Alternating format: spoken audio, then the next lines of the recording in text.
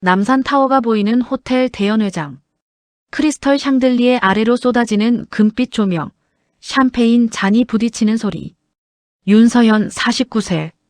콜센터 팀장. 입구에서 한참을 망설였다. 작년 겨울 세일 때 산 검은색 원피스.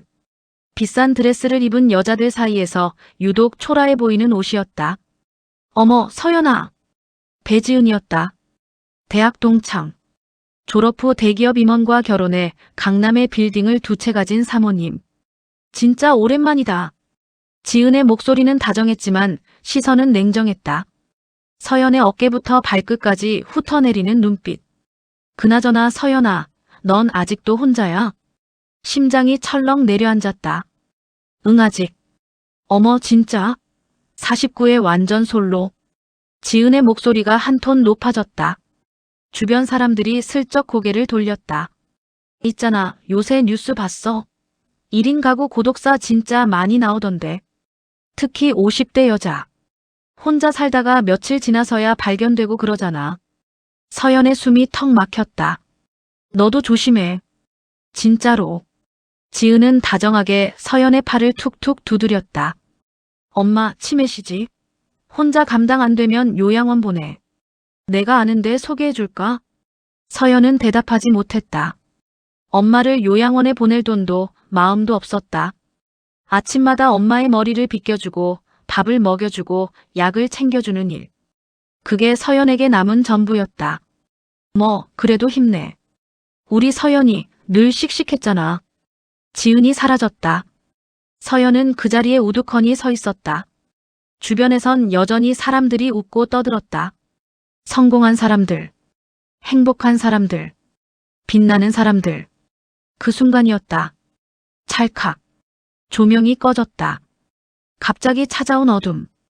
연회장 전체가 암흑에 잠겼다. 비명과 당황한 목소리들이 터져나왔다. 정전이었다. 서연은 어둠 속에서 멈춰섰다. 이상하게도 무섭지 않았다. 오히려 조용했다. 평화로웠다. 아무도 서연을 보지 않았다. 아무도 서연을 평가하지 않았다. 아무도 서연의 나이를, 결혼 여부를, 외로움을 판단하지 않았다. 어둠 속에서 서연은 깨달았다. 내 인생도 이미 꺼져 있었구나. 조명이 꺼진 게 아니었다. 서연의 인생이 오래전부터 꺼져 있었던 것이다. 그저 모르는 척하며 살아있는 척하며 버티고 있었을 뿐. 눈물이 핑 돌았다. 하지만 울 수 없었다. 어둠 속에서도 서연은 혼자였다. 어둠이 길어졌다. 사람들은 휴대폰 손전등을 켰다. 파란 불빛들이 여기저기서 깜빡였다. 정전이래요. 언제 복구된대? 불평 섞인 목소리들. 서연은 여전히 그 자리에 서 있었다. 딸그락.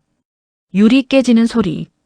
홀 한쪽 구석, 정전으로 떨어진 크리스털 조각들. 그 앞에 한 남자가 쪼그려 앉아 유리를 치우고 있었다. 박도현 55세. 회색 작업복. 손에는 빗자루와 쓰레받기. 묵묵히 조용히 일하는 뒷모습. 사람들은 그를 보지 않았다. 설비기사. 야간 관리인. 그런 사람. 도연이 천천히 몸을 일으켰다. 비상등 불빛 아래 깊게 패인 눈과 주름. 거칠어진 손등. 말없이 견뎌온 세월이 새겨진 얼굴. 소란스러운 홀 안에서 유독 그 남자만 고요했다. 야, 전기 언제 들어와요? 곧 복구됩니다. 낮고 차분한 목소리. 흔들림이 없었다. 서연은 그 목소리에 이끌렸다. 어둠 속에서도 흔들리지 않는 사람. 화려하지 않지만 단단한 사람. 이 사람이라면. 서연의 입이 먼저 열렸다. 저기요. 도연이 고개를 들었다. 서연의 심장이 빠르게 뛰었다.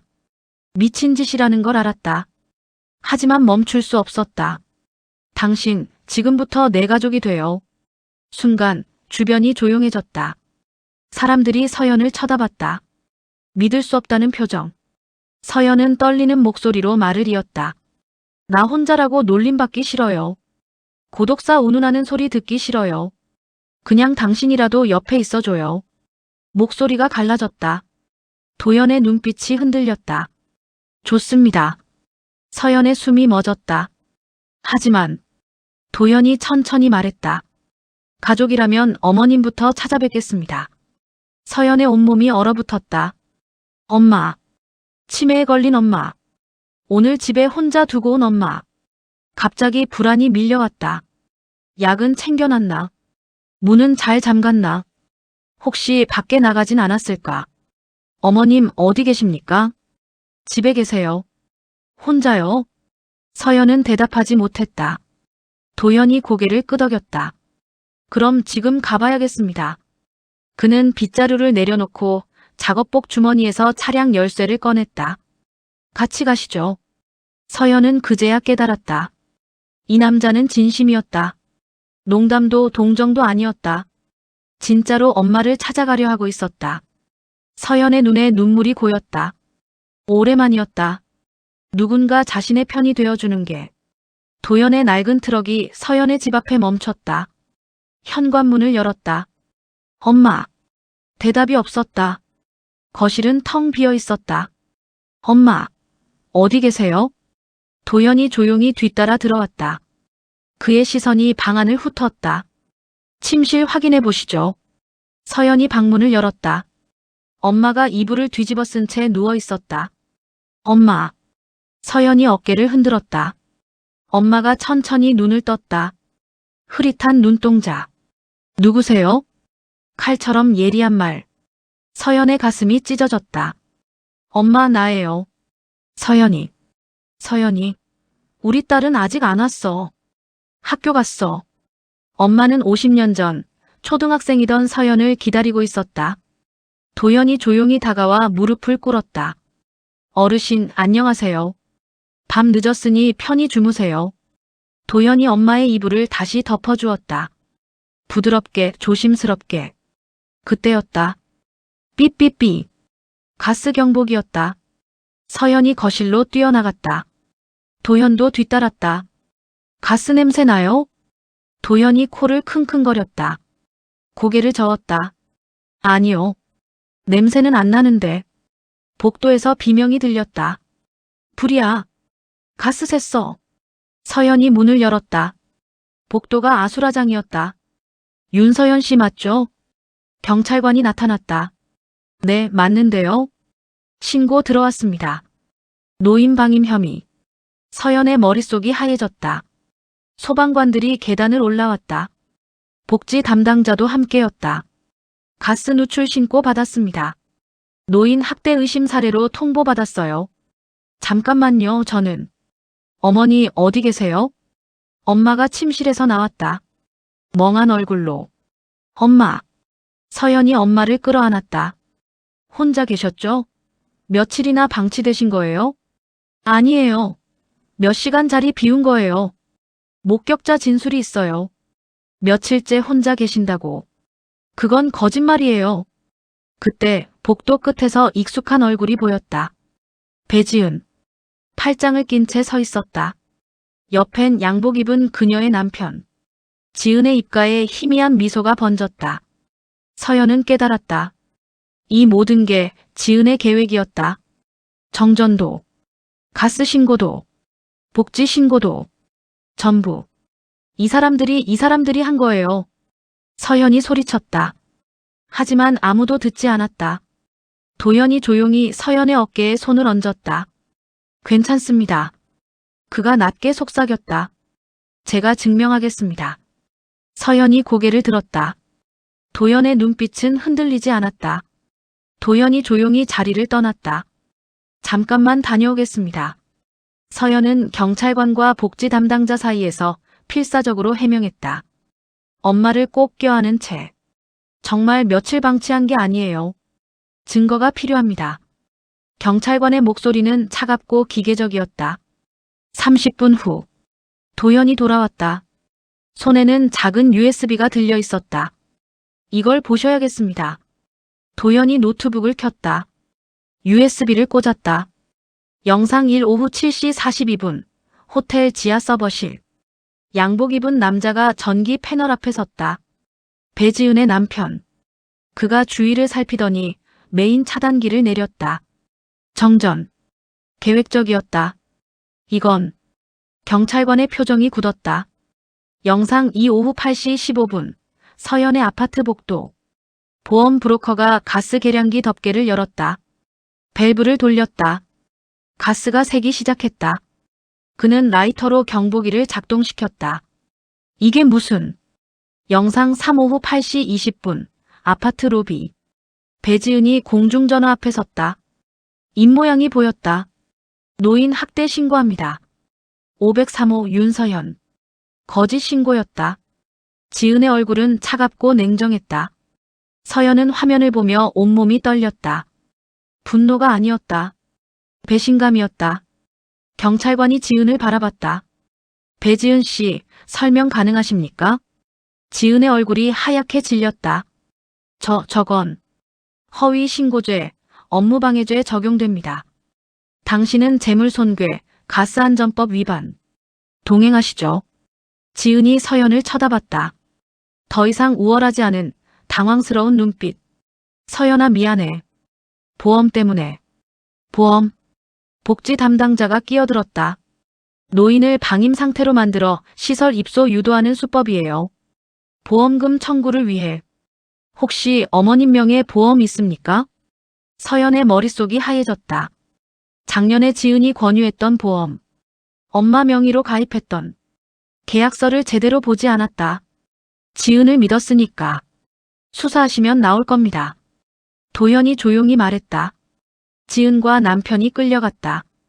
복도가 조용해졌다. 서연은 그 자리에 주저앉았다. 엄마가 서연의 어깨에 손을 얹었다.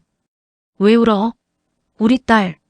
엄마는 서연을 알아보지 못했지만 우는 사람을 위로할 줄은 알았다. 서연이 엄마를 꼭 안았다. 도연이 조용히 다가와 앉았다. 괜찮으십니까? 당신 어떻게? 제 일이니까요. 설비 기사는 건물 구석구석을 봅니다. CCTV 서버실도 제 관할이었고요. 서연은 처음으로 웃었다. 눈물이 흐르는데도. 정말 고마워요.